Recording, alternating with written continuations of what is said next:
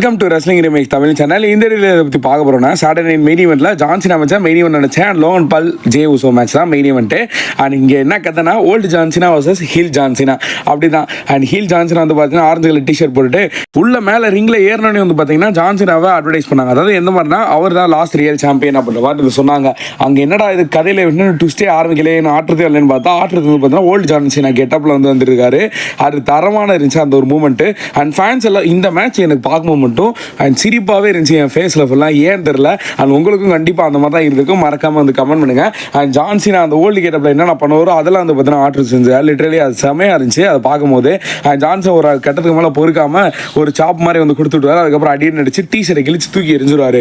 ஆனால் அதுக்கப்புறமாவும் ஜான்சினா வந்து பார்த்தீங்கன்னா என்னன்னா ரெஃப்ரி வந்து கார்னரில் வச்சு குத்தும் போது இங்கே பாருங்க வேணாம் அப்படின்னு சொல்லிட்டு தடுத்துக்கிட்டு இருப்பார். ஸோ அதனால் ஜான்சினா அவரோட அந்த ஃபைனல் ஷஃபிள் போடுவார்ல அந்த ஒரு ஃபினிஷை ஓடி போய் அந்த கிளைம் அந்த ஒரு மூவ்ஸை போட்டு அண்ட் கரெக்டாக ஜான்சன் அந்த ஃபைனல் ஷஃபிளுக்கு ட்ரை பண்ணாமல் அண்ட் ஆட்டிடியூட் அட்ஜஸ்ட்மெண்ட் ட்ரை பண்ணுவார்.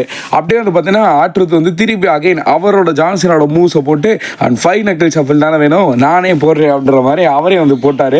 அண்ட் அந்த மூமெண்ட் வந்து வேறு லெவலாக இருந்துச்சு. அதுக்கப்புறம் ஆட்டிடியூட் அட்ஜஸ்ட்மெண்ட் போடும்போது ஜான்சனை விளையாட இருந்துச்சு. கரெக்டாக அதை வாங்கிட்டாரு. வாங்கினதுக்கப்புறம் பின் பண்ண ட்ரை பண்ணார். ஸோ அது வந்து கரெக்டாக நடக்கலை. ஆனால் அதுக்கப்புறமா ஜான்சனோட எஸ்டிஎஃப் மூவ் அவரே போடலையடா அந்த மேட்ச்சில். ஆனால் ஆட்ருத் வந்து போட்டிருந்தாரு. அதுக்கப்புறமா ஒரு ரோப்பை வந்து பிடிச்சதுக்கப்புறமா கீழே வந்து பேரிகேடில் தூக்கி வீசியிருந்தாரு. அந்த தான் பாவம் ஆடுறதுக்கு உண்மையிலே ஃபேஸில் அடிபட்டுருந்துச்சு.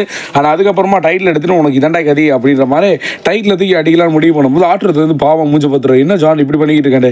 அப்புறமா சரி இந்தாங்க உங்கள் ரெஃப்ரிட்டு டைட்டில் கொடுத்துருன்ட்டு கொடுத்து அப்புறமா எங்கே குத்தாத இடத்துல குத்தி அண்ட் இங்கே மேட்ச்சை வந்து முடிச்சு விட்டார் ஆடிட் அட்ஜஸ்ட்மெண்ட் போட்டு. அண்ட் ஃபேன்ஸ் எல்லாரும் இந்த மேட்சை டிசப்பாயின்மெண்ட் பண்ணலை. ஆனால் இருந்தாலும் இந்த மேட்சை சந்தோஷமாக வந்து பார்த்துக்கிட்டு இருந்தாங்க. இந்த ஒரு ஆடுறது மேட்ச் ரொம்ப ஷார்ட் தான். ஆனால் இருந்தாலும் இந்த மேட்ச் வந்து பார்த்தோன்னா ஃபுல் அண்ட் ஃபுல் என்டர்டைன்மெண்ட்டாக போச்சு. அண்ட் ஆடுறது இருந்தாலே அந்த இடம் என்டர்டைன்மெண்ட் தான். உண்மை தான் அது. ஆனால் இங்கே ஜான்சன் வந்து பார்த்தோன்னா டைட்டில் தூக்கிட்டு அவர் எப்பயும் போல வந்து பார்த்தோன்னா அவர் சைடு வந்து போயிட்டாரு. மெயின் ஈவெண்ட்டில் ஏதாவது குழப்பம் பண்ணுறாங்களான்னு பார்ப்போம். அப்படி இல்லைன்னா டேரெக்டாக ஹைலைட்ஸ் தான். தேங்க்யூ.